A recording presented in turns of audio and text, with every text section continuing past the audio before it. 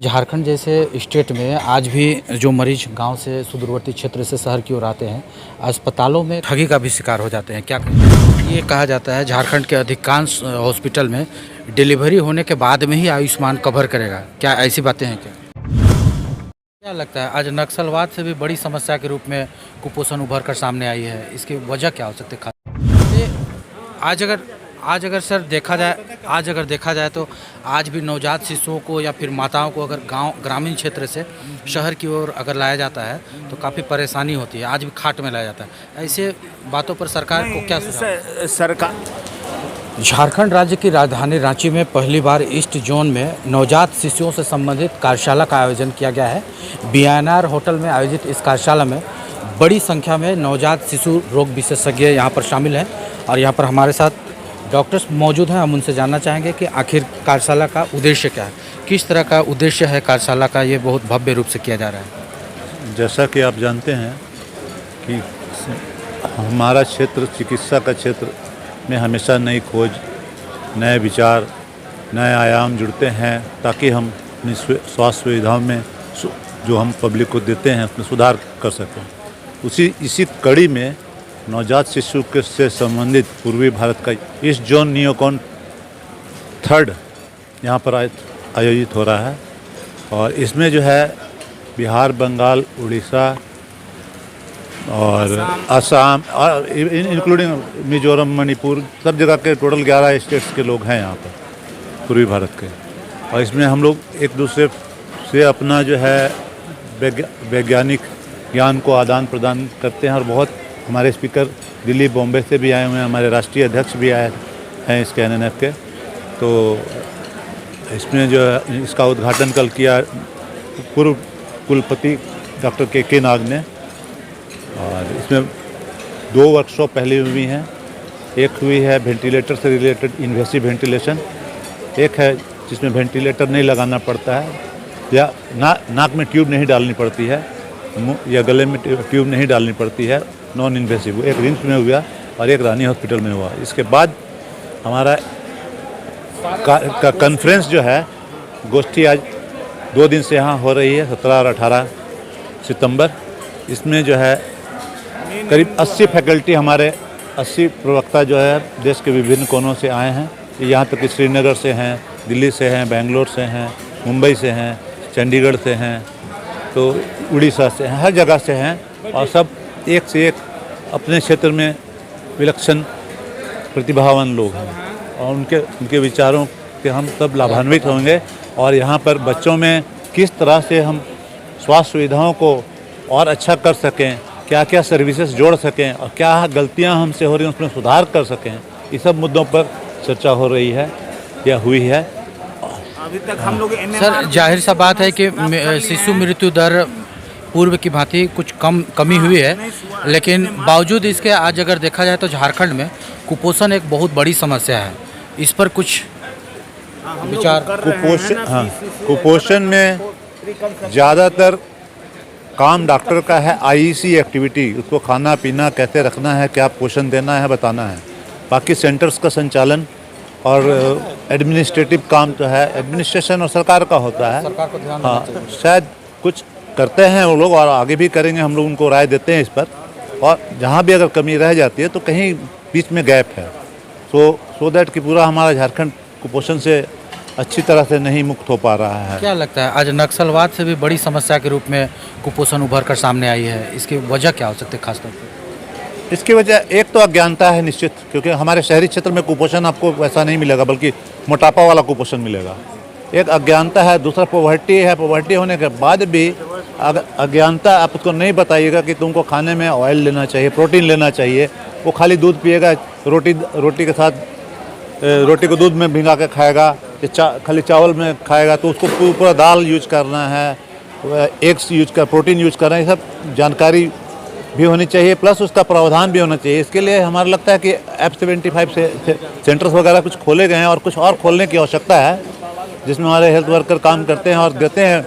अब भी इसके लिए सरकार बहुत हद तक करती है, मगर बात है कि और थोड़ा इसमें आगे बढ़ के काम करने की होता है। सर, ये आज अगर देखा जाए तो आज भी नवजात शिशुओं को या फिर माताओं को अगर ग्रामीण क्षेत्र से शहर की ओर अगर लाया जाता है तो काफ़ी परेशानी होती है, आज भी खाट में लाया जाता है। ऐसे बातों पर सरकार को क्या सुझाव? सरकार ने तो की है कि ब्लॉक लेवल पर एक एम्बुलेंस हमेशा अवेलेबल रहता है। 108 पर आप खाली कीजिए और वो एम्बुलेंस आपके घर पर चला जाएगा। चाहे आपको आशा केयर मिलेगी, आशा वाली जो है सो इन्फॉर्म करेगी एम्बुलेंस को और वो आपको सर्विस देगी। वो ले आकर के जो है सो PHC में या आपका कम्युनिटी हेल्थ सेंटर और नहीं तो फिर जो है सो जो सदर अस्पताल डिस्ट्रिक्ट लेवल पर, ये ने गवर्नमेंट यहाँ तक अचीव कर ली हुई है।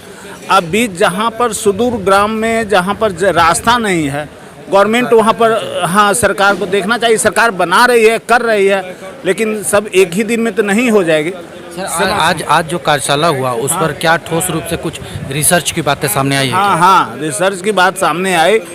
पहले प्री कंसेप्शनल केयर, बच्चा होने से पहले ही हम बाप माँ को सुरक्षित रखना है ना। 4 महीना पहले से जब वो प्लान करे कि अब हमको बच्चा होना चाहिए, उसी समय से उसको शिक्षा देना है। 4 महीना बिफोर द प्रेगनेंसी स्टार्ट, ठीक है। उसका न्यूट्रिशन, उसका मेंटल हेल्थ, उसका वो लोग का रहन सहन, वो लोग का आपस में कम्युनिकेशन, दोनों हस्बैंड वाइफ को इसको जो है से समझना पड़ेगा, समझना चाहिए और करना पड़ेगा। इसके बाद जो गोष्ठी हो रही है बच्चों के डॉक्टर का, उस देवघर में हो रही है, जिसका मैं ही ऑर्गेनाइजर सेक्रेटरी हूँ। सर झारखंड जैसे स्टेट में आज भी जो मरीज गांव से सुदूरवर्ती क्षेत्र से शहर की ओर आते हैं, अस्पतालों में काफ़ी ये स्वास्थ्य संबंधित सुविधा मुहैया कराने के लिए कई एक तरह की ठगी का भी शिकार हो जाते हैं, क्या कहेंगे? नहीं देखिए, सरकार की ये पहल रही है, भारत सरकार की भी पहल रही है और मुझे ये अच्छे से पता है कि पूरे ज़िलों में इस समय नवजात शिशु, क्योंकि मैं नवजात शिशु रोग विशेषज्ञ हूँ, तो मैं ये बता सकता हूँ कि हर ज़िले में एक स्पेशल न्यूबॉर्न केयर यूनिट और उसके नीचे एक special newborn care stabilisation unit और न्यूबॉर्न केयर कॉर्नर, एक सब सेंटर लेवल तक एक सुविधा प्रदान की गई है। इस समय नीड ये है कि हमारी कम्युनिटी में लोगों को ये क्लैरिटी आनी चाहिए कि जब उन्हें कभी कोई प्रॉब्लम होती है तो उन्हें बड़े शहरों की तरफ भागने के बजाय पहले अपने जो जिला चिकित्सालय हैं या सब डिस्ट्रिक्ट हॉस्पिटल्स हैं वहाँ पे जाके और ये सुविधाओं को लेना है और फिर प्राइवेट हॉस्पिटल्स या बड़े हॉस्पिटल्स की तरफ आना है। अगर वो इस तरीके का डायरेक्ट वहाँ पे सिक बच्चे को लेके इतने डिस्टेंस ट्रैवल करके पूरा अपने जेब से पैसे खर्च करते हुए आते हैं और जैसे कि समाज में हर प्रकार के व्यक्ति होते हैं और किसी गलत व्यक्ति के हाथों लग जाते हैं और कहीं दलाली का शिकार हो जाते हैं या कुछ हो जाते हैं, तो इसमें वो अपना काफ़ी नुकसान कर सकते हैं। और भारत सरकार की बहुत सारी ऐसी स्कीम्स हैं कि जिसमें नवजात शिशु और उसकी माँ का 1 साल तक का इलाज पूरी तरह कवर्ड है। और आपको पता है अच्छी तरह कि आयुष्मान भारत की एक स्कीम हमारे प्रधानमंत्री महोदय ने लॉन्च करी है, जिसके तहत नवजात शिशु का भी ट्रीटमेंट एक फिक्स्ड कवर्ड है। तो कई अस्पतालों में वहाँ जब वो जाते हैं तो उन्हें अपने एंटाइटलमेंट्स के बारे में पूछना चाहिए। अपने आधार कार्ड अगर है तो वो ज़रूर लेके जाएँ, अगर पॉवर्टी लाइन से नीचे वाला BPL कार्ड कोई है तो वो ज़रूर लेके जाएँ और इन सब चीज़ों के द्वारा अपने राइट्स के बारे में कॉन्शियस रहें। भारत सरकार की जो भी पॉलिसीज़ हैं या राज्य सरकार की पॉलिसीज़ हैं जो रोगी कल्याण के लिए, उसके बारे में जागरूक रहें। और अगर नहीं पता है तो अपने पंचायत के लोगों से या अपने आस पड़ोस के लोगों से या अधिकारी महोदयों से डायरेक्ट मिलें, किसी को पैसा देने के पहले, क्योंकि ये सब सुविधाएं फ्री में प्रोवाइड करी गई हैं ज़्यादातर सेटअप्स में। सर ये कहा जाता है झारखंड के अधिकांश हॉस्पिटल में कि डिलीवरी होने के बाद में ही आयुष्मान कवर करेगा, क्या ऐसी बातें हैं क्या? देखिए, इसके बारे में मैं एग्जैक्टली कमेंट नहीं कर पाऊँगा क्योंकि मुझे उसके बारे में बहुत ज़्यादा ज्ञान नहीं है, लेकिन मैं ये कहना चाहूँगा कि आपको उसके बारे में जो एंटाइटलमेंट्स हैं, डिलीवरी होने के पहले जो नवजात शिशु तो बाद में होता है, उसके पहले जो गर्भवती स्त्री है उसके अपने राइट्स और एंटाइटलमेंट्स हैं। तो उनके जो भी राइट्स और एंटाइटलमेंट्स हैं, डेफिनेटली अगर कोई प्रेग्नेंट लेडी के राइट्स हैं, JSSY स्कीम्स हैं और पहले एंटीनेटल केयर हमारे सब सरकारी अस्पतालों में इंस्टीट्यूशनल डिलीवरी के लिए आशा वर्कर्स को भी प्रोत्साहन दिया जाता है और वो साथ में लेके उनको आते हैं तो उनको भी कुछ प्रोत्साहन राशि मिलती है। तो इंस्टीट्यूशनल डिलीवरी के लिए आएँ और जब उनके साथ जो आशा वर्कर्स हैं, जो फैसिलिटेटर्स हैं, वो उनके राइट्स के बारे में वहाँ के अधिकारीगण से वो फैसिलिटेट कर सकती हैं। रदर दैन मरीज़ उस समय परेशान रहता है, वो कई बार उसकी एजुकेशन लेवल इतनी ज़्यादा नहीं रहती है, तो वो जो अपने साथ आशा बहन है या उसके घर के कोई पढ़े लिखे लोग हैं साथ में, उन लोगों से या वहाँ पे जो नर्सेज हैं, डॉक्टर्स हैं, उनसे अपने राइट्स और एंटाइटलमेंट के बारे में पूछें।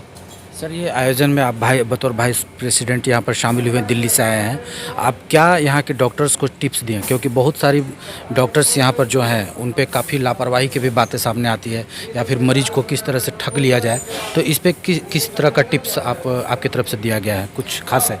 देखिए, ये जो पूरी कॉन्फ्रेंस थी ये 15 तारीख से चल रही है, जिसमें इनिशियली 2-3 दिन के लिए हमारी काफ़ी वर्कशॉप्स थी, जिसमें हैंड्स ऑन स्किल बिल्डिंग किया गया, जिसमें कि कृत्रिम तरीके से सांस देने के बारे में एक वर्कशॉप थी, उसके बाद NIV के ऊपर वर्कशॉप थी, बहुत सारी, जिससे हमारे डॉक्टर्स की नॉलेज और उनकी स्किल बढ़ती है। तो पहले तो ये फोकस था। फिर उसके बाद जो कल और आज का प्रोग्राम था, उसमें सीनियर लेवल के जो लोग पूरे भारतवर्ष में हैं, जो एक नवजात शिशु की देखभाल उचित तरीके से कैसे हो, उसमें जो रीसेंट एडवांसेस हैं, वो सब चीज़ों के बारे में उन लोगों को बताना।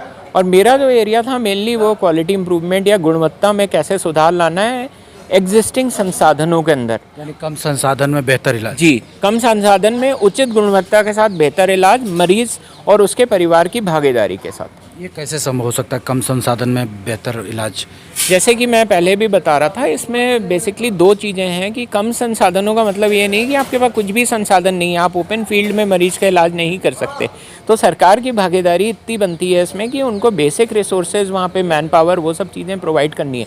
लेकिन क्या हम अपने को क्वेश्चन करें कि हमारी जितनी मैन पावर प्रोवाइडेड है या हमें जितने संसाधन दिए हैं, क्या हम उसे 100% यूटिलाइज़ कर सकते हैं, कर रहे हैं? तो आंसर होगा कि शायद हम पूरी तरह कभी कभी कर रहे हैं, कभी कभी नहीं भी कर पा रहे हैं। डॉक्टर्स को भगवान भी माना जाता है। जी, और इसमें हम केवल डॉक्टर और नर्सेस को नहीं बोलेंगे, ये पूरा एक हेल्थ सिस्टम का इशू है। और इसमें हमने 2 चीज़ों पे फोकस करना है कि कार्यशैली में बदलाव और कार्य क्षेत्र को कैसे हम ऑर्गेनाइज कर रहे हैं, ताकि हम अपना एक एफिशिएंट वे में एक कम संसाधनों को यूज़ करके एक बेटर आउटकम दें। और इसको हम बोलते हैं point of care quality improvement methodology, जो विश्व स्वास्थ्य संगठन के द्वारा दिया गया है।